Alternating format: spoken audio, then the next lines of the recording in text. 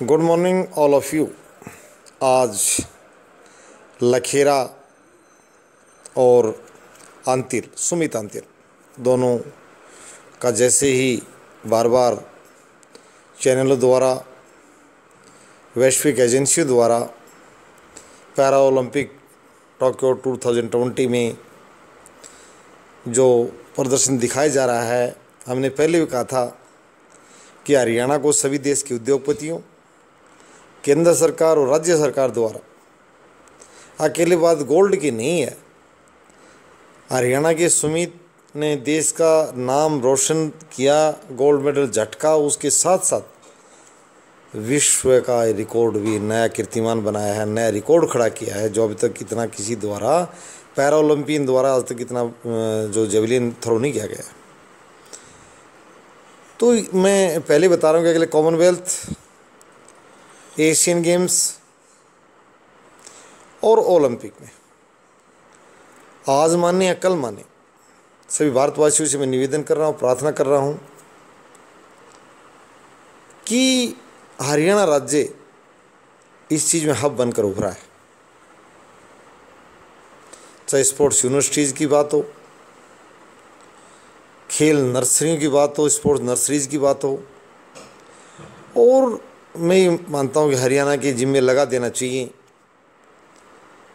वैश्विक रिकॉर्ड बनाने के लिए केंद्र सरकार की खेल मंत्रालय को भी, रेल मंत्रालय को भी, और बैंकिंग सेवाएं जो पहले लोग कहते थे अलग अलग बैंकर्स भी करे थे भारी भरकम पुरस्कार देते, तो मैं कहता हूँ हरियाणा राज्य को इस चीज़ के लिए सभी मदद के लिए आगे आएँ। हमारे निवेशक बनकर पहले भी तो आ रहे हैं, चाहे वो निवेश के रूप में आए, हमें कोई दिक्कत नहीं है। कल वो अगर एक के बजाय दो अगर कोई मुनाफा भी अगर खेल के माध्यम से हमसे कमाते हैं तो हम उनका सहर्ष स्वागत करते हैं। शांति प्रिय या उद्दंडता का स्थान नहीं है। निश्चित रूप से निवेशक भी खुश होकर आएँ। दानदाता, मैं क्रिकेटर्स, फिल्म एक्टर्स सभी से कहता हूँ कि हरियाणा को आगे बढ़ाएं। हरियाणा का आगे बढ़ने का मतलब होता है कि देश की छवि में चार चांद लग जाएंगे। और मैं ये कह रहा हूँ, हरियाणा के जिम्मे आज से प्रण ले लो। भारत के जितने भी राज्य सरकारें, केंद्र सरकार और दूसरी अथॉरिटी जो होता है, रेल मंत्रालय है, स्पोर्ट्स मिनिस्ट्री है, और जो दूसरी स्टेट गवर्नमेंट्स, मैं ये बार बार कर रहा हूँ, स्टेट गवर्नमेंट्स भी शर्माए नहीं कि हम हमारे राज्य के लिए तैयार नहीं कर रहे। मैं हरियाणा राज्य की पैरवी नहीं कर रहा हूँ, मैं कह रहा हूँ हरियाणा राज्य इसमें सक्षम है हर चीज़ के लिए। हमारे देश में मिठाइयों के लिए बीकानेर जाना जाता है, हरियाणा का स्थल नहीं जाने जाते मिठाइयों के लिए। मैं ये नहीं कह रहा हूँ कि हरियाणा हर क्षेत्र में ही सभी को पछाड़ रहा है, उन अन्य राज्य मुकाबले में नहीं ठहरे, नहीं। खेल के क्षेत्र में हरियाणा काफ़ी लीड बना चुका है और यहाँ के बच्चों में एक उमंग पैदा हो चुकी है। चाहे वो सरकार की शिक्षा से जोड़ की नीतियाँ हों, चाहे यहाँ पहले का परिवेश हो, कारण कुछ भी रहा हो, परंतु हरियाणा ने, अन्य राज्यों के लोग भी इस बात को स्वीकार करते हैं कि हरियाणा जो है देश की साख को चार चांद लगा सकता है। और ये जो चाइना, जापान और यूएसए वाली बात है, इनको पीछे हरियाणा ही छोड़ेगा।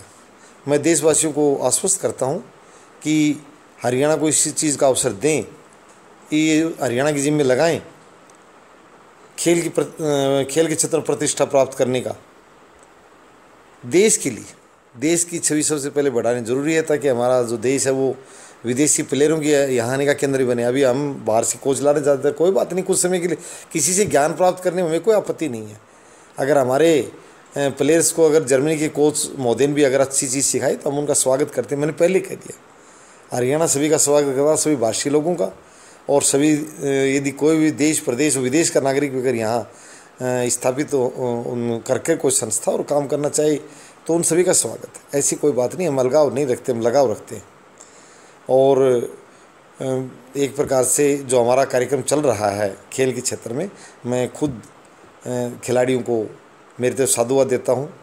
और जैसी भी हमसे कुछ बन पड़ेगा, हम चाहते और भी हम लोगों को प्रेरित कर रहे हैं कि वो ज़्यादा खेल के क्षेत्र में उतरें, और छोटी मोटी मदद जितनी हमसे, हालांकि हमको बहुत बड़े उद्योगपति तो नहीं है, परंतु हम हमारे स्तर पर, हमारे समूह के स्तर पर प्रयास कर रहे हैं कि ज़्यादा से ज़्यादा युवाओं को, युवतियों को और खेल के लिए प्रोत्साहित किया जाए।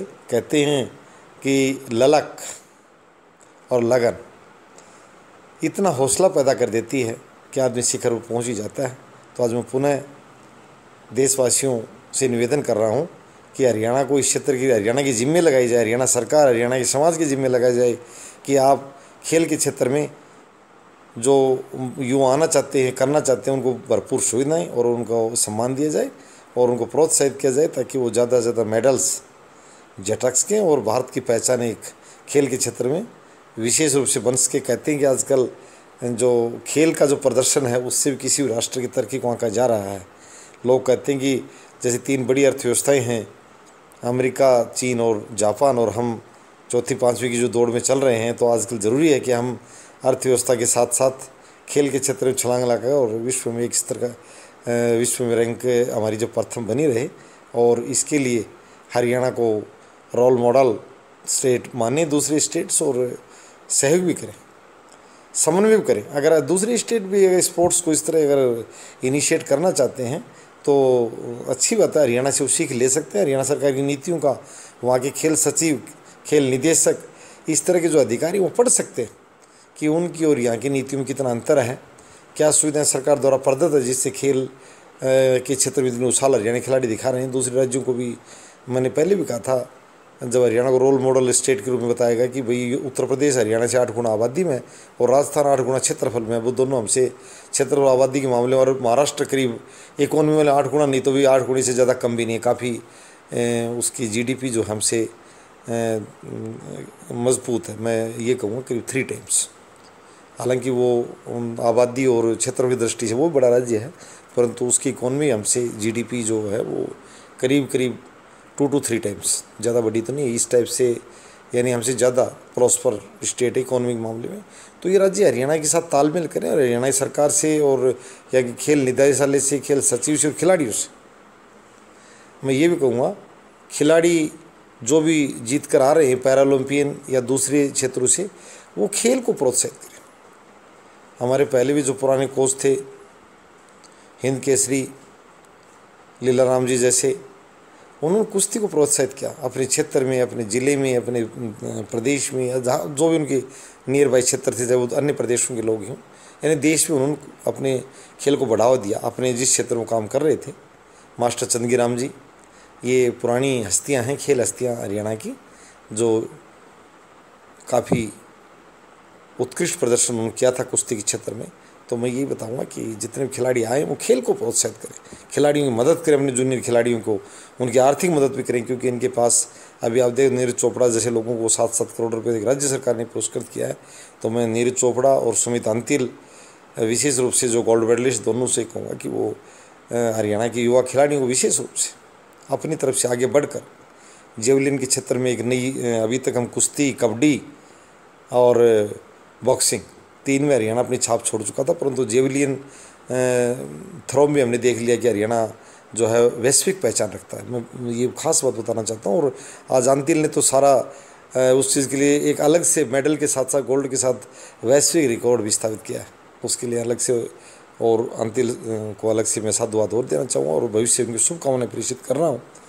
धन्यवाद।